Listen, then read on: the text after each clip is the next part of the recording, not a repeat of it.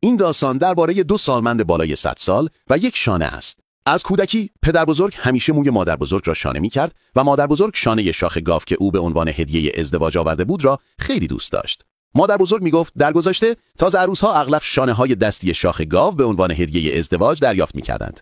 پدربزرگ گفت شانه‌های دستی شاخ گاو نه تنها هنگام شانه زدن مو الکتریسیته ساکن ایجاد نمی‌کردند، بلکه اثر ماساژ و تغذیه‌ای هم روی پوست سر داشتند. وقتی خانه قدیمی و خرابشان را دیدیم، تصمیم گرفتیم یک شانه شاخ گاو جدید برایشان بسازیم. پدربزرگ پرسید: آیا هنوز صنعتگرانی هستند که بتوانند شانه‌های شاخ گاو مانند شانه او بسازند؟ می‌خواهم این نکته را برسانم که این مهارت‌های دستی نسل به نسل منتقل می‌شوند، اما با پیشرفت تکنولوژی امروزی، هنرهای دستی کم کم نایاب و کم ارزش شده‌اند. امیدوارم کسی قدردانی و حمایت خود را از این صنعتگران نشان دهد. حتی اگر دستان ما از کار با مواد کثیف شده باشد، کار ما بسیار تمیز و مرتب است. اگر شما هم کار صنعتگران را دوست دارید، لطفاً حمایت و قدردانی خود را نشان دهید.